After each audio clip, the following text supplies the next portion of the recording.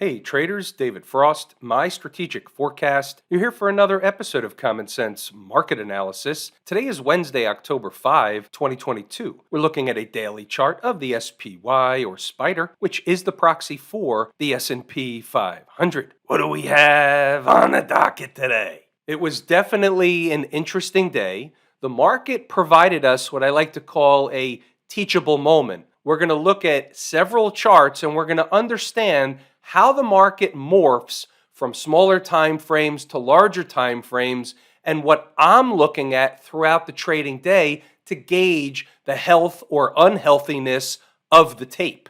You might want to get out your sticky notes for that lesson. Let's start with the big picture, and as you can see from the SPY, they're still trading around things a little bit in the after hours, but as you can see, it was more or less a flattish day. The SPX cash index was down about 7 or 8 points. The SPY is bantering back and forth. The official close today seems to be about 377 and a quarter. But it's basically a nothing day. They didn't really get very far by the end of the day, but that doesn't mean there wasn't a volume of information thrown at us that the market provided throughout the trading day. There was. Hence the lesson I'm going to go over in a little while. What's jumping off the page on the daily chart? Is anything jumping off the page? And as we can see, we have this downsloping 20-period moving average. Okay, fair enough. The more time that they eat off the clock underneath that 200 without hitting it or going through it, the more energy that the market is building to actually go to a higher or different level, different price. Remember what we discussed last night. We had that 385, 386 area. I put it up here today at 385.65. We're not sure exactly to the penny what's going to happen when and if Mrs. Market gets up there, but that's the general zone. I showed you last night using the calculator, and I showed you 3 or 4 other reasons why that's definitely a target, barring the market falling apart. We also talked about the possibility of one of these ABC routines. So the market went up into yesterday. It went up a little further today at the end of the day, but before it did that, it had a little bit of a pullback. Now, I wouldn't call this necessarily an ABC pattern. At the end of the day, I would just call this a flat day eating time off the clock with a large range. The market is in the eye of the beholder. We all see different things when we look at the market, and that's precisely what makes a market. One trader sees something bullish, another trader sees something bearish.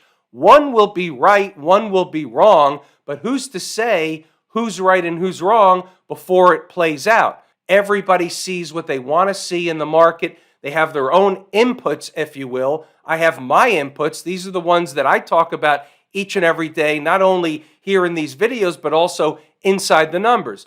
All the things that I teach and all the things that I use and the method that I use them, those are all my inputs. Somebody else using totally different stuff may have a totally different view of the market. That's what makes a market. There's certainly more ways than one to skin a cat.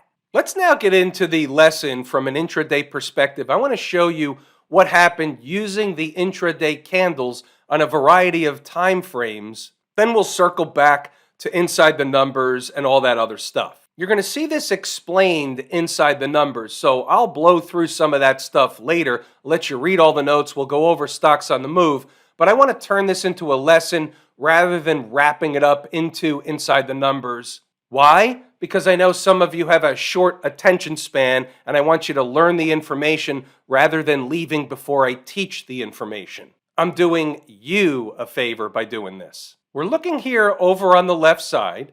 We had a gap higher open yesterday. That was Tuesday. The low was 372.31. Now, I talk about breakup and breakdown candles and all that stuff, and I'm not necessarily referring to them as much on a 10-minute chart as I would be on an hourly chart. So this is the hourly candle. It's the candle ending 10:30 yesterday on Tuesday, and the low is 372.31. So you'll see in the notes inside the numbers that that was a really important spot today. 372.30 I had it as, and I said sometimes they come up short, other times they spike them through, but we're going to see a bull-bear battle around that spot. Now, we did see that. Obviously, you can see it on the tape, But what we're using this is as a reference point.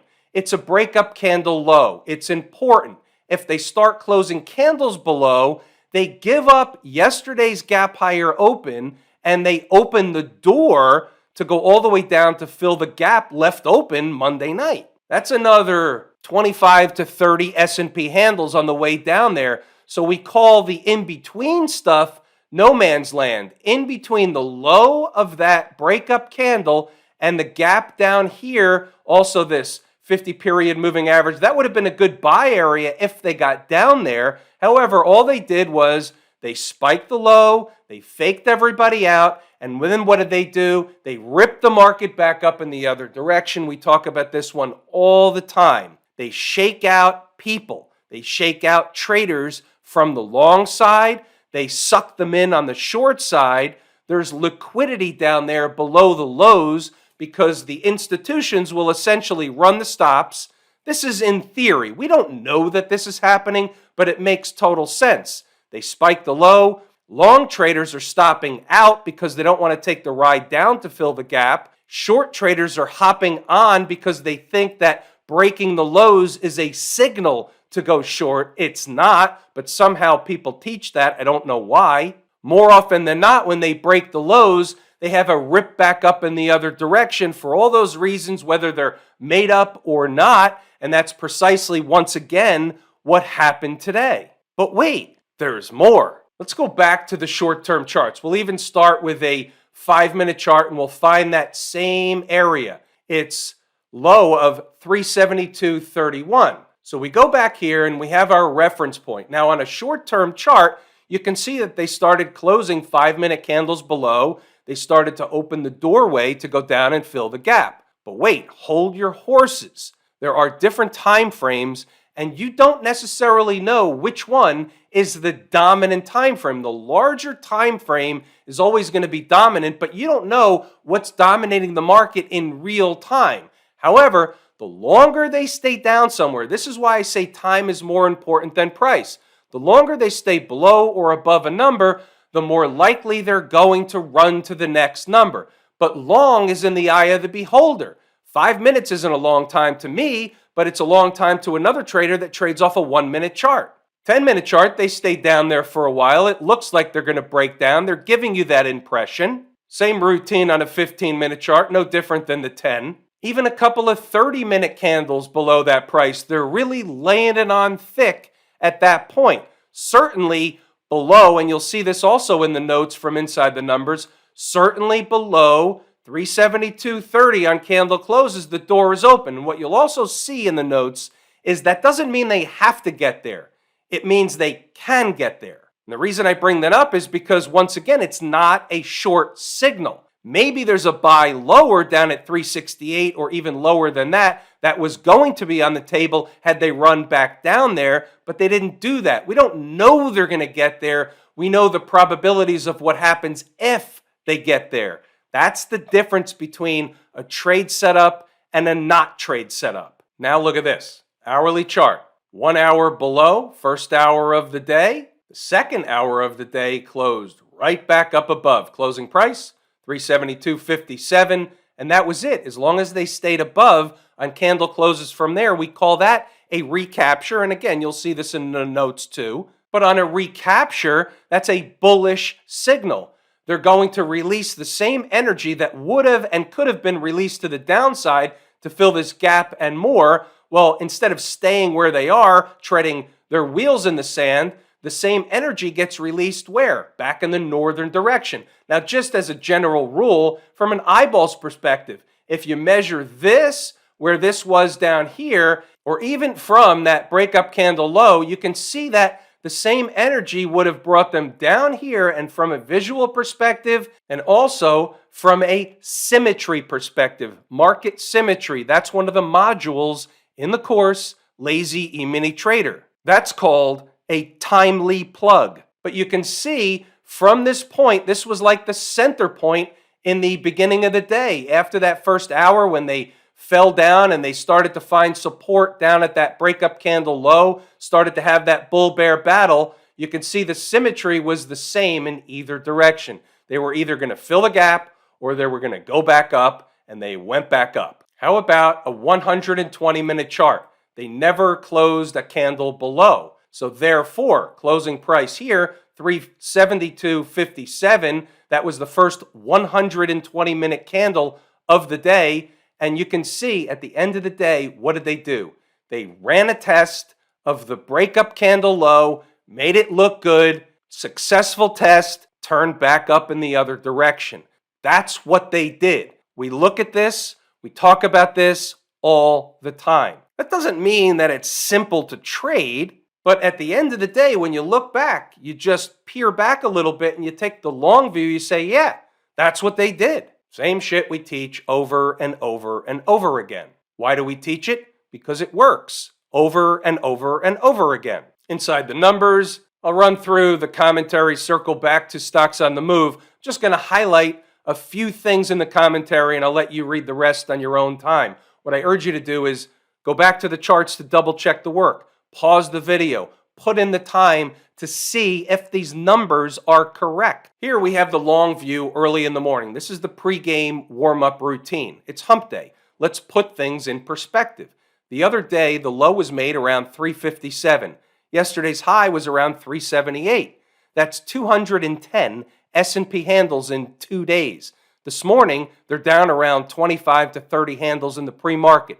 It's not even a normal garden variety pullback yet. So the big picture was it was just a little pullback. You want to enter the day with an understanding of is what they're doing a big deal, a little deal, and where are the spots? What spots am I talking about? The spots that turn it from just a little pullback to something that's going to morph into more and potentially even more than that. For example, if they really started melting down, they're going to go fill the gap at 368 today. Then they were going into that 50-period moving average at 367 and a quarter, and they still could have went lower from there because just like buying begets buying, sometimes specifically in a bear market, which we are in, selling begets selling, and it can get violent out of nowhere. So the question posed early in the morning was, do we get one of our ABC type patterns discussed last night? From a short-term perspective, well, we kind of already got that. They can do it again and again, but we already got the makings of a pullback, and then they got above the high, so that's really complete from a morning commentary perspective. The way we say that is they did the thing. So all this stuff is the pre-market commentary. We were concerned and always are concerned with what's the pivot. So we had an important number. You'll see this come up over and over again, 374 and a quarter. So from an intraday perspective, we have a gauge, we have a guideline. Right of the vertical is today's activity, and you can see here in the first part of the day, they were fighting the pivot, 374.25. If they're not going to go up, well, then the alternative is to go run a test of the breakup candle low, which was at 372.31. This is exactly what you're going to see in the notes. So therefore, we're moving along. And here you can see, before the bell even rings, 909, below 374 and a quarter, and the door is open for a run down to 372.30, give or take. Doesn't mean they will get there. It means the door is open for them to get there. Below 372.30 on candle closes, she's in no man's land. You know the rest. We talked about it already. Above 374 and a quarter, which is the pivot on candle closes, is the bounce case. What happened when they recaptured that? They bounced, they went to the next number and then the next number, and that's what you'll see throughout the day and throughout the notes. This was the pregame warm-up routine, and we're moving along. Read the notes, pause the video, go back to the chart to double-check the work. We talked about the main and majority of what happened today, how it was laid out, why they did what they did. So in the interest of time, I urge you to pause the video. Read the notes, go back to the chart. You'll see all the numbers that are important. You'll see the resistance numbers. You'll see the support numbers. You'll see what happens if they get above one or below one. They go to the next. And then double check. Did they go to the next? How did they get there? Look at a chart. Look at a short-term chart. Look at a longer-term chart. How about stocks on the move? We had a nice little list this morning. We're going to take a look at 3 of the ones that hit their entry objectives. The ones that didn't, they're off the board. They're no trades. FLNG, W, and CCRN are the ones we're going to take a look at. PAS, Carvana, and CSX did not, so they're off the board. How about Flex, FLNG? 2988 on the board bright and early, getting its haircut, comes into the number after bouncing around some, goes back in the other direction. If some traders took a pass on this, it's within that zone of I'm not sure. If you're not sure on a trade and you think they might have come too close and bounced away, it's very simple. You just take a pass, and then after the fact, you say, well, here it is. The numbers work. That's one heck of a bounce off that number on a $30 stock. Same to similar routine in Wayfair. They came into the number, they finally turned around, went back in the other direction, rallied for the rest of the day along with Mrs. Market. Remember, more often than not, most everything is going to follow the major market. The Dow, the S&P, the NASDAQ, all that stuff, all the stocks are going to traditionally follow suit if there's a big move happening in one direction or another. Obviously, you get anomalies, you get single stock issues going on, but for the most part, you could see what happened. When the market turned around, the stocks turned around, and everything went up together. Anything different over here with cross-country healthcare? Not so much. They came in, they came up short, they bounced away. Not many traders are going to take this after the fact. However, you can see it worked out fabulously either way. So the low here was 30.19 against 30.15. They bounced away, and the next candle, the high was 31.12. So in theory, nobody's taken that trade, but here the numbers work. They came back for a retest. Obviously, you can see 30 and change is an important number. What's going on over in Camp IWM? Well, it's all the same market. They had a very similar day to the SPY, but they did have relative weakness. Down $1 today, not a big deal one way or the other, but remember, they're in a slightly different position than the S&P 500. They just got to yesterday their 20-period moving average, and it's not uncommon for them to run sideways for a while, build some energy if the intention is to get through. They have yet to be rejected. They could have been rejected today, but they had a rescue operation. So now they're just eating time off the clock underneath the 20-period moving average. So we're going to take that as a bullish day, having a recovery or rescue operation take place. Below today's low, they fill the gap, and then everything changes from what it looks like today on the tape. We can only discuss what information we have at present. Folks down at the transportation department, same routine. They're into the 20-period moving average. It's really the same as the IWM. We don't need to say anything further and muddy the waters. The key is they get above this area. They start getting above this area, it opens a door to go fill the gap around 13.5. It's just that simple. Not simple to do, simple to say. About the Q people, similar to the S&P, they have yet to get to the 20-period moving average. Now, sometimes they'll run some time off the clock without hitting it. They're faking you out. You make it look like they can't get there, and then all of a sudden they just blow right through it because the destination was somewhere else. Well, we talked about the destination in the S&P last night. That 385 number, it's still on the table. Doesn't have to be the end of the destination, but they should get to that number. Well, if the S&P's doing that, then the Q people are doing the same thing to their like number. 290 to 293 area, 293.75, that's an actual number. Nothing different here in the financial people, the XLF, just like the IWM and the transport people are all into the 20-period moving average, eating time off the clock. We need more information. As long as they stay above yesterday's breakup candle low, it's bullish. If they get below, it's not. That's the read. Don't make it any more complicated than that. Nice day for Smashmouth, up 1%. Maybe it's a little bit of a canary in terms of the tech sector. It generally is. They're pushing through the 20-period moving average. If they're pushing through the 20-period moving average, we move over to the weekly chart and let's see what's above. Well, we see the 20-period moving average on the weekly chart up at 218 and change. Now, I'm not saying they're getting there anytime soon, but you can see the writings on the wall. They can start to push higher a little bit. They get into this breakdown candle, and then they start trying to run tests higher into the candle. Just bigger picture stuff, nothing for tomorrow. When you come back to the daily chart, you see the same area. You notice, oh, wait a minute. There's a gap over here. The gap is 217.40. Then you have a convergence of moving averages up above 218. So you can see, depending on which chart you look at, that area up around 218 is like really, really important. That would be a really important target. They're not going to just waltz through there if they got there anytime soon, like within the next 2 to 3, 4 trading sessions. And if they start pushing higher, guess what? That is the target. Have I told you how much I appreciate each and every one of you? Without you, these videos are not remotely possible. That is true and accurate information. We're pulling the ripcord here today. I'm David Frost, my strategic forecast. Thanks again for tuning in to another episode of Common Sense Market Analysis.